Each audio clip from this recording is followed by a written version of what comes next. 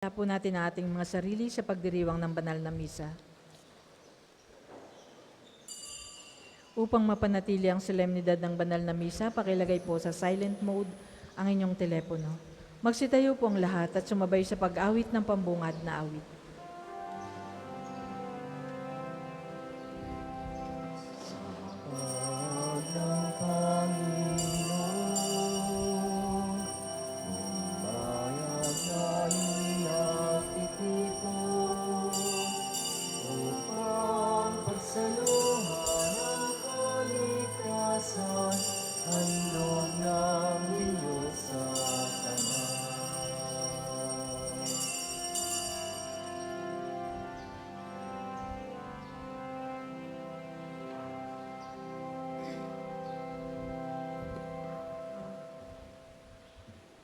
Simulan natin ang ating pagdiriwang sa ngalan ng Ama at ng Anak at ng Espiritu Santo.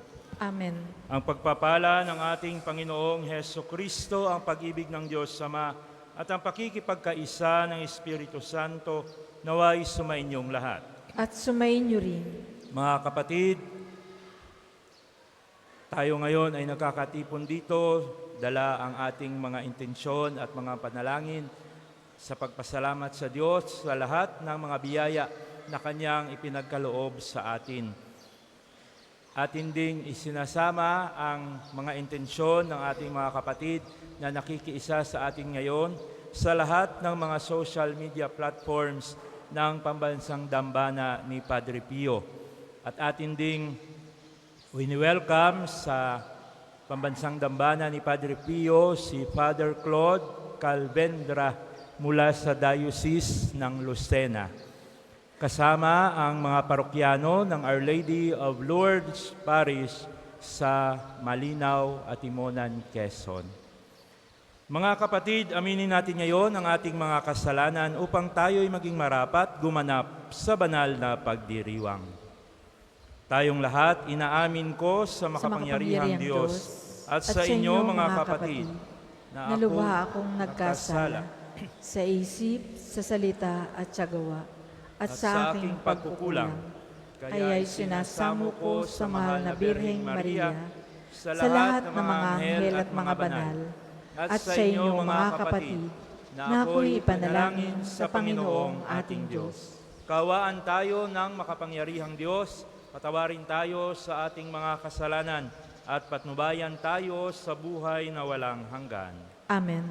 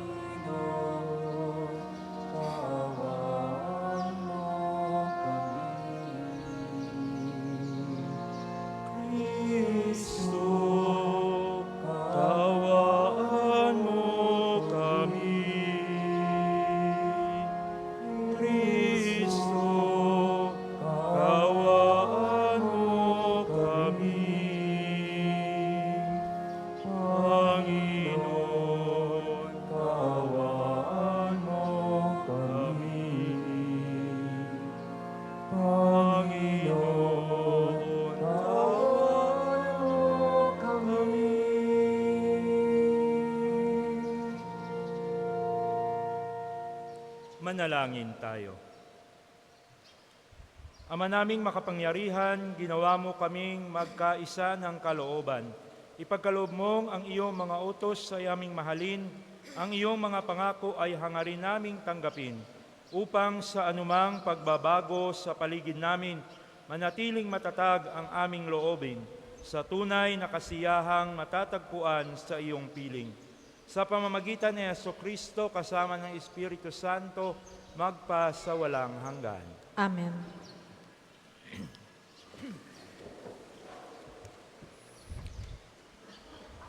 Ang simula ng ikalawang sulat ni Apostol San Pablo sa mga taga-Tesalonica.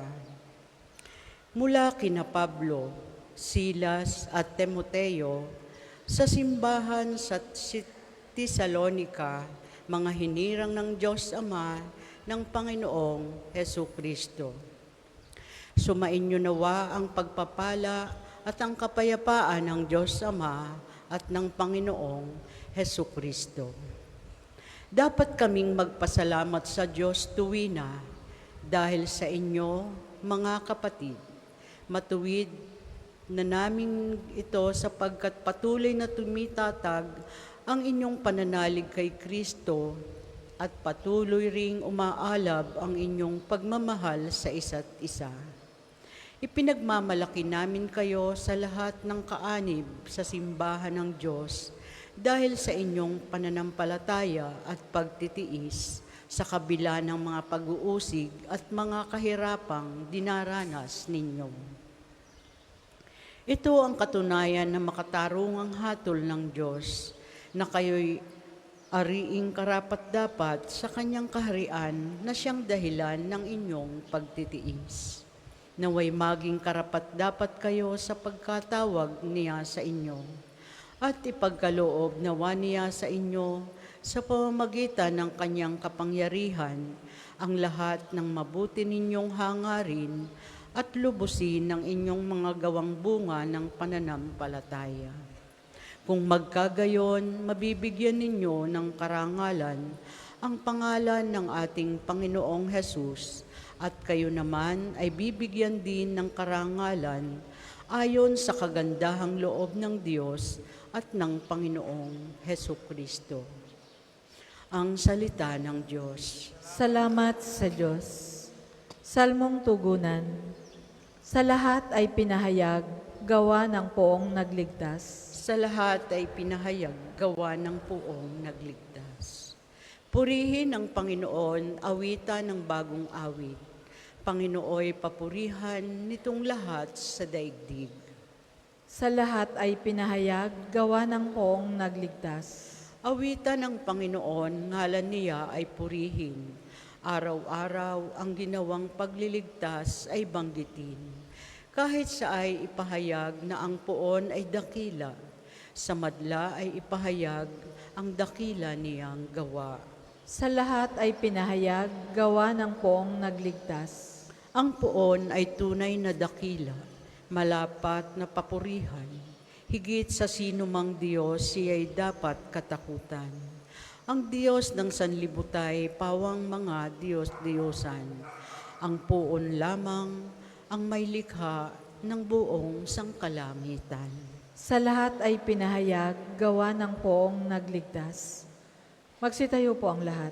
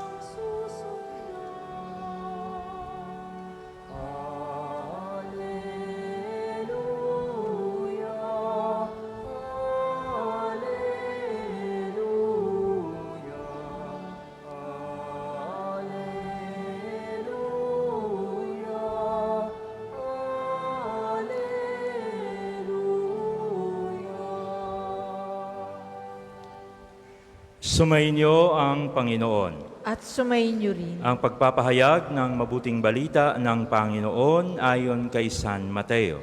Papuri sa iyo, Panginoon. Noong panahong iyon, sinabi ni Jesus, "Saaban ninyo mga eskriba at mga pariseyo, mga mapagpaimbabaw. Hinahalangan ninyo ang mga tao upang hindi sila mapagharian ng Diyos. Ayaw na ninyong pasakop sa paghahari ng Diyos, hinahadlangan pa ninyo ang ibig pasakop. Saaban ninyo mga eskriba at mga pariseyo, mga mapagpaimbabaw. Inuubos ninyo ang kabuhayan ng mga babaing balo at ang sinasangkalan ninyo'y ang pagdarasal ng mahaba. Dahil dito'y lalo pang bibigat ang parusa sa inyo.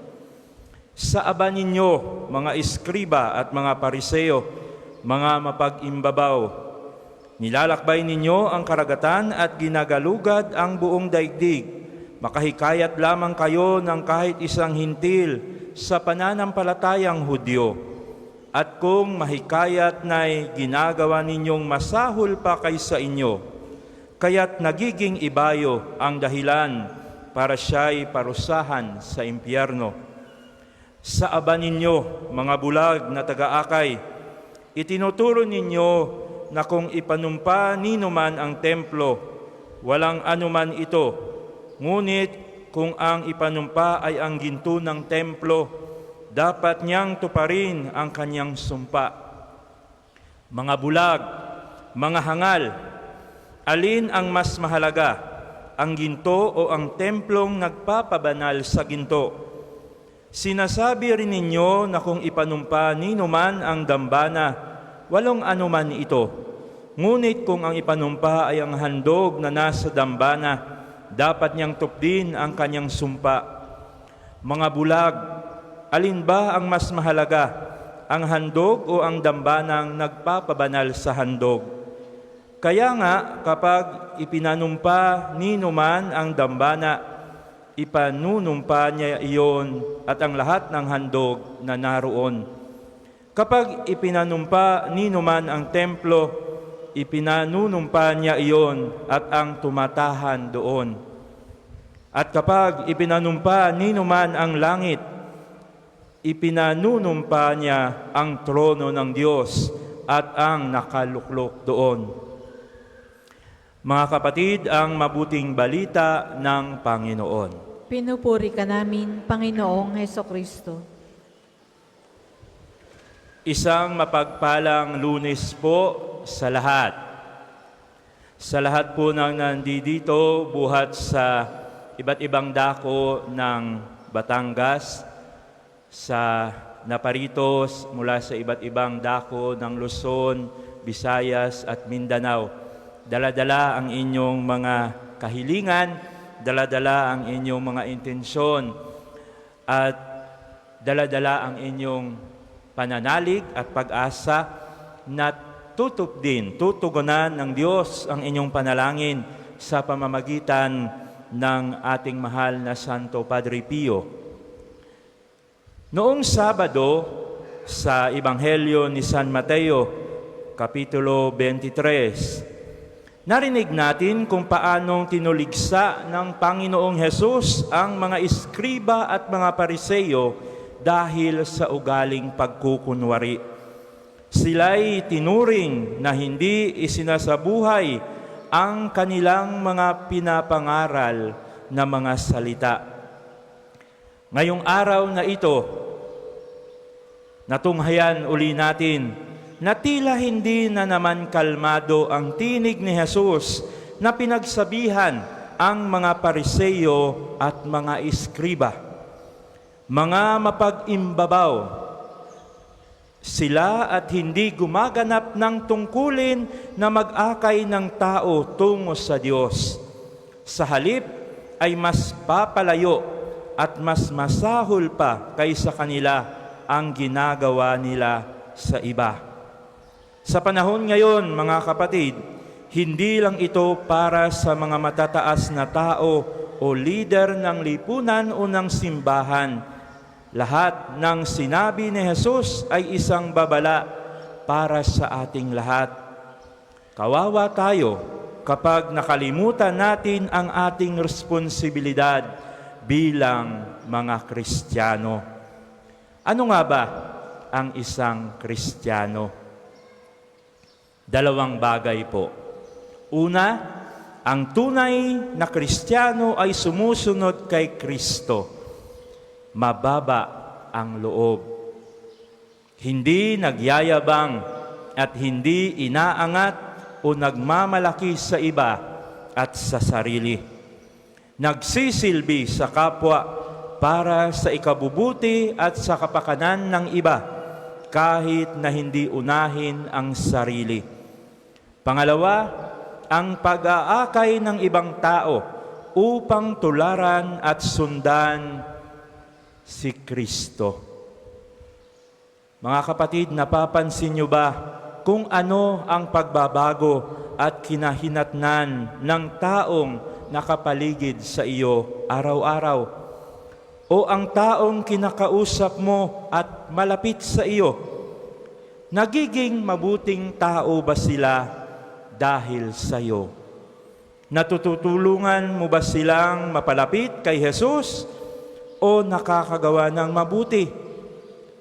Ang iba, kapag nagkakatipon-tipon, ang pinag-uusapan ang buhay ng iba. Makamundong bagay o mga material na bagay ang pinag-uusapan. Napag-uusapan din kaya nila si Jesus at ang kanilang pananampalataya. Meron bang nagkakatipon na nagchichismisan tapos ang pinag-uusapan ay kaligtasan?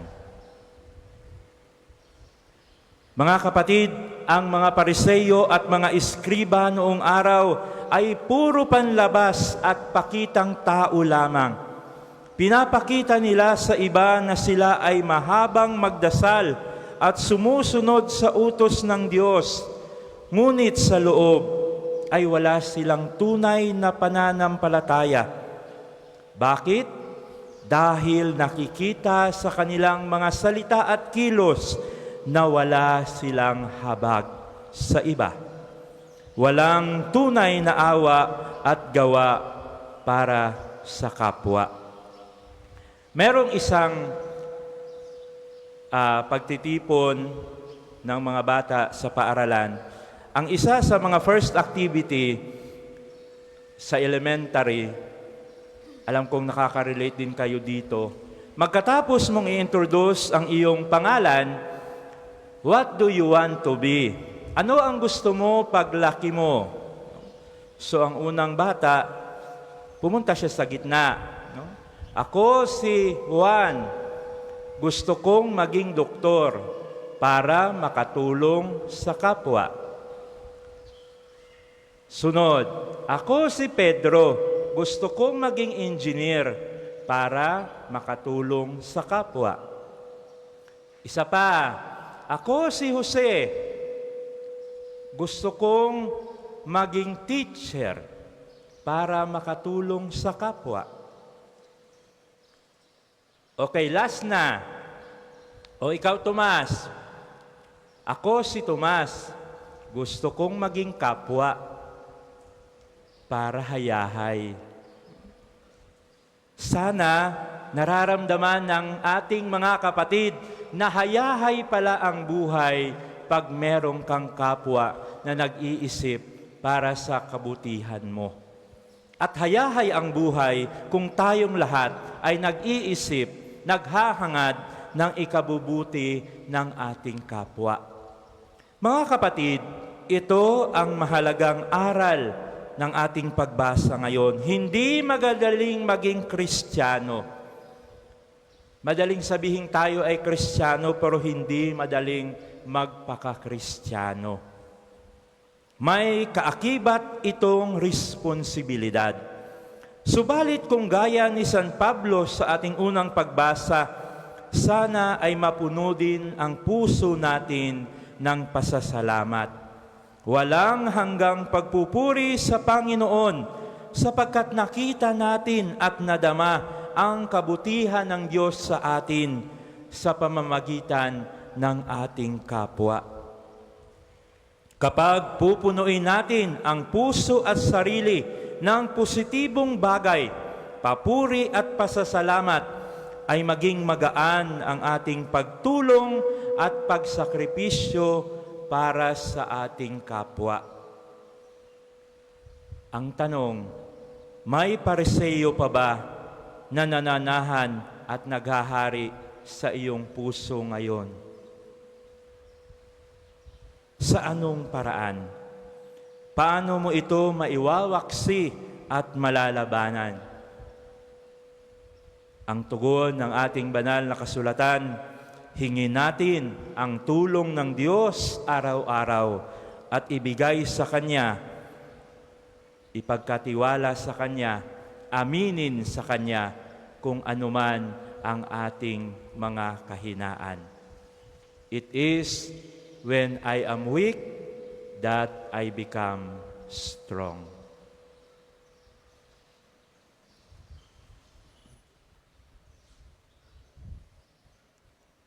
Para po sa mga maghahandog ng sobre, pakihulog na lamang po sa buslo.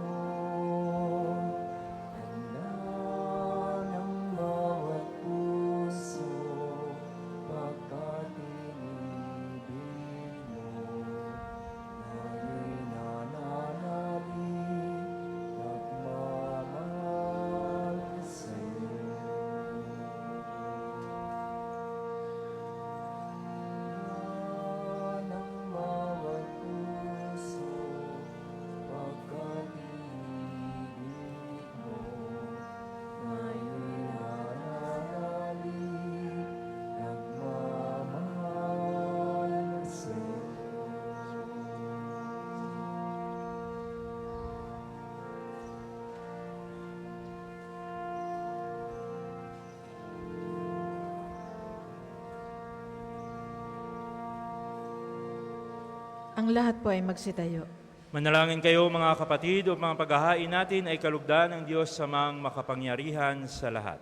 Tanggapin nawa ng Panginoon itong paghahain sa iyong mga kamay, sa kapurihan niya at karangalan, sa ating kapakinabangan, at sa buong sambayanan niyang banal. Ama naming lumikha, pinagkamit mo kami ng iyong pagkukupkop, pakundangan sa isang pampalagiang paghahandog, kaya't sa iyong sambayanan ay iyong ipagkaloob ang pagkakaisa at kapayapaang nagbubuklod, bunga ng aming mga alay na iyong ikinalulugod.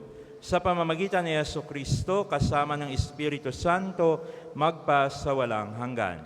Amen. Sumainyo ang Panginoon. At sumainyo rin. Itaas sa Diyos ang inyong puso at diwa. Itinaas na namin sa Panginoon. Pasalamatan natin ang Panginoong ating Diyos. Marapat na siya ay pasalamatan. Amang makapangyarihan, tunay ngang marapat na ikaw ay aming pasalamatan. Pinagbibigyan mong ito'y aming maihayag, kahit na ito'y walang anumang maidaragdag sa kadakilaang sa iyo ay likas. Sa pagpupuri namin, ang nakikinabang ay kami ring iyong pinakikiharapan sa pamamagitan ng iyong anak na minamahal. Kaya kaisa ng mga anghel nagsisiawit ng papuri sa iyo nang walang humpay sa kalangitan, kami nagbubunyi sa iyong kadakilaan.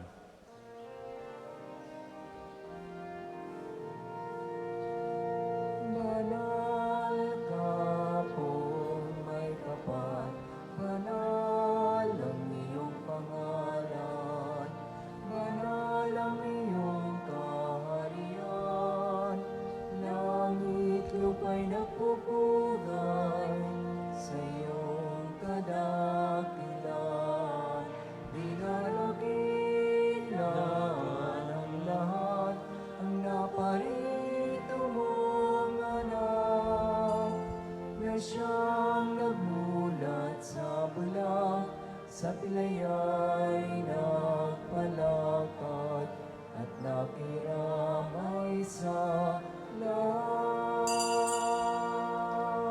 Kung hindi po kayang lumuhod, manatili pong nakatayo ng may paggalang.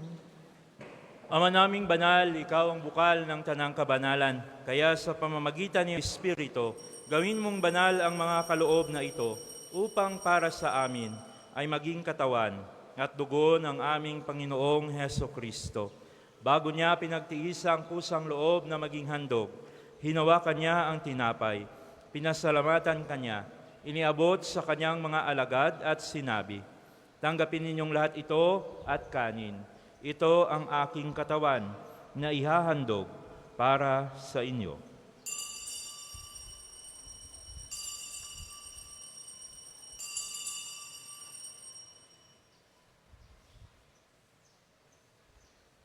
Gayon din naman, matapos ang hapunan, hinawakan niya ang kalis, muli kanyang pinasalamatan, iniabot sa kanyang mga alagad at sinabi, "Tanggapin ninyong lahat ito at inumin. Ito ang kalis ng aking dugo, ng bago at walang hanggang tipan. Ang aking dugo na ibubuhos para sa inyo at para sa lahat sa ikapagpapatawad ng mga kasalanan. Gawin ninyo ito sa pag-alala sa akin."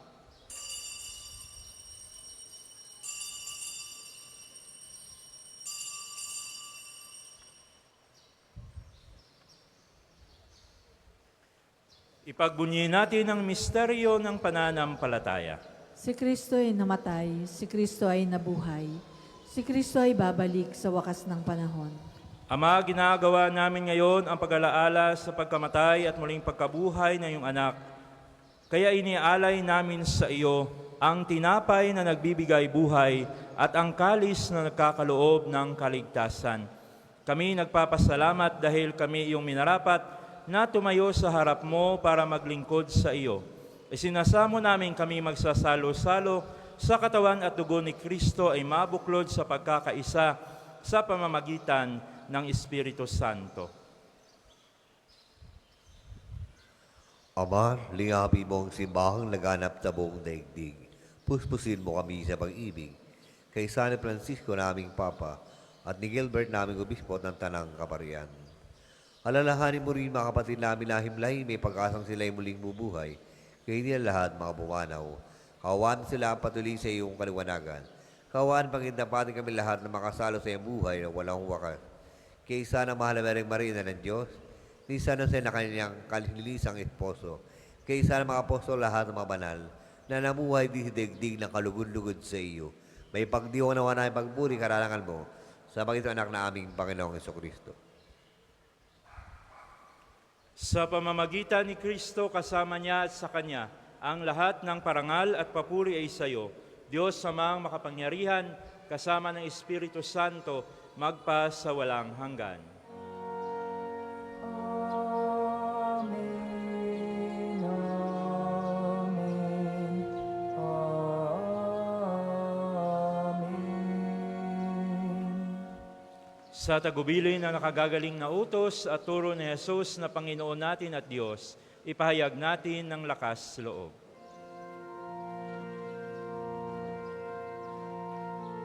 Ama namin, Sumasalangit ka, sambahin ang ngalan mo, mapasa amin ang kaharian mo, sundin ang loob mo dito sa lupa para ng sa langit. Bigyan mo kami ngayon ng aming kakanin sa araw-araw. At patawarin mo kami sa aming mga sala para ng pagpapatawad namin sa nagkakasala sa amin. at Huwag mo kami ipahintulot sa tukso at iadya mo kami sa lahat ng masama. Hiniling namin kami iadya sa lahat ng masama, pagkalooban ng kapayapaan araw-araw, iligtas sa kasalanan at ilayo sa lahat ng kapahamakan. Samantalang aming pinanabikan ang dakilang araw ng pagpapahayag ng tagapagligtas naming sa Jesucristo. sapagkat iyo ang kaharian at ang kapangyarihan At ang kapurihan magpakailanman. Amen. Panginoong Heso Kristo, sinabi mo sa iyong mga apostol, kapayapaan ang iniiwan ko sa inyo, ang aking kapayapaan ang binibigay ko sa inyo. Tunghayan mo ang aming pananampalataya at huwag ang aming pagkakasala, at pagkalooban mo kami ng kapayapaan at pagkakaisa ayon sa iyong kalooban, kasama ng Espiritu Santo, magpa sa walang hanggan. Amen. Ang kapayapaan ng Panginoon ay laging sumainyo. At sumainyo rin. Puno ng pag-ibig sa inyong mga puso at magandang ngiti sa inyong mga labi, magbigayan kayo ng kapayapaan sa isa't isa.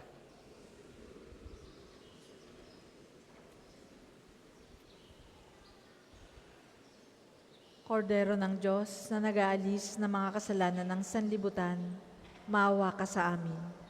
Kordero ng Diyos na nag-aalis ng mga kasalanan ng sanlibutan, maawa ka sa amin. Kordero ng Diyos na nag-aalis ng mga kasalanan ng sanlibutan, ipagkaloob mo sa amin ang kapayapaan.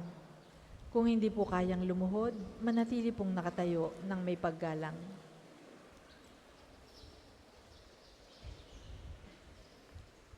Mga kapatid, eto si Kristo, ang Kordero ng Diyos. Siyang nag-aalis ng mga kasalanan ng sanlibutan. Mapalad ang mga inaanyayahan sa kanyang piging.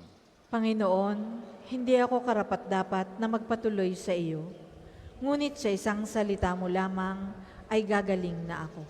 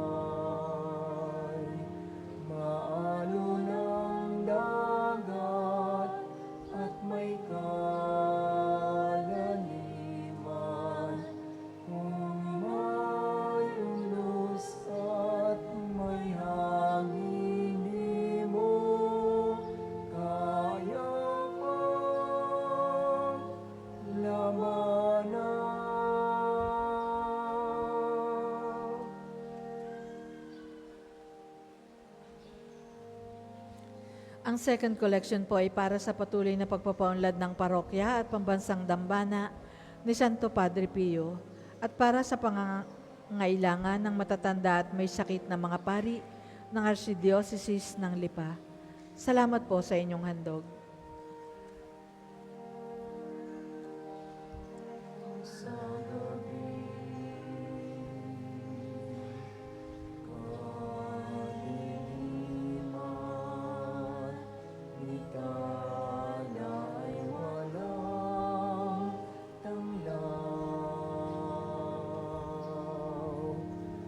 Panginoon ang balingan, Panginoon ang asahan.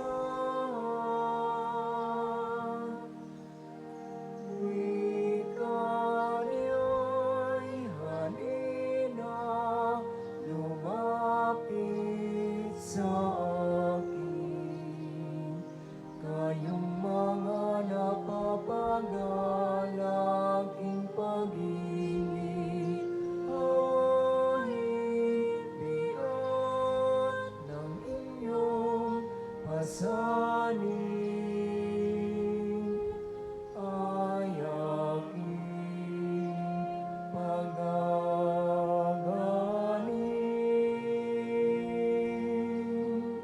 Halina, kaibigan, lumapit sa akin.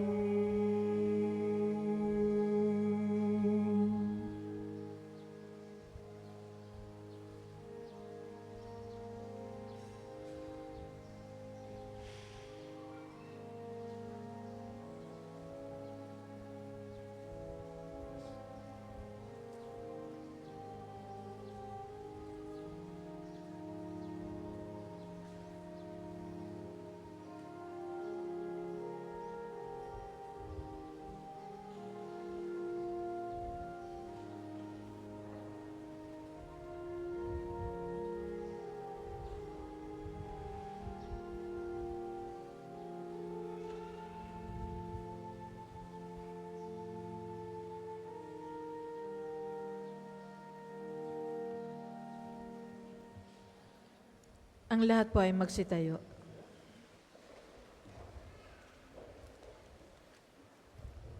Manalangin tayo. Ama naming mapagmahal, lubusin mo sa amin ang kagalingang bigay ng iyong pag-ibig na ngayoy ipinagdiriwang at kami naway magkaroon ng ganap na kaunlaran upang sa lahat ng aming pinagkakaabalahan, ikaw ay aming mabigyang kasiyahan. Sa pamamagitan ni Hesukristo kasama ng Espiritu Santo, magpa sa walang hanggan. Amen. Panalangin ng pagtitiwala kay Santo Padre Pio, tayo pong lahat. Padre Pio, taga Pietrelcina, mongheng banal, pintakasing santo ng milenyong kasalukuyan, gabay namin sa pagtahak sa landasing makalangit, takbuhan sa pangangailangan, huwaran ng pagtitiis. Sa iyo namin inilalapit aming mga kagipitan. Sa iyo po ibinibilin kalusugan at kabuhayan.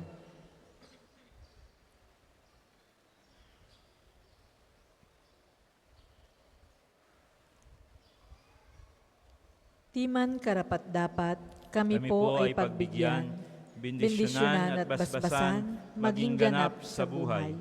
Lumayo nawa kami, umiwas sa kasalanan. Lumapit lagi sa Diyos, maging matatag at matibay. Sa mabuting balita ng pagliligtas, turuan mo kami nawa. Sa tuwina ay makinig, magnilay at sumampalataya.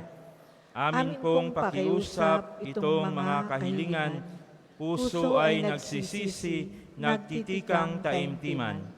Di na muling magkasala, sunod lagi sa Diyos Amang, kaisa ng Espiritu at ni Jesus na tagapamagitan.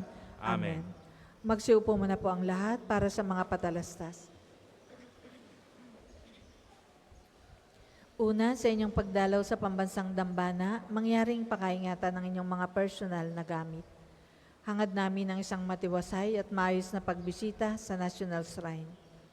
Ikalawa, sa pagnanais nating palawakin ang dokumentasyon at datos ng mga pilgrims and devotees na bumibisita sa pambansang dambana, kami po ay nag-aanyaya sa inyong lahat na makilahok sa ginagawang pagkalap ng impormasyon na makakatulong sa pagpapaunlad ng ating turismong pangsimbahan.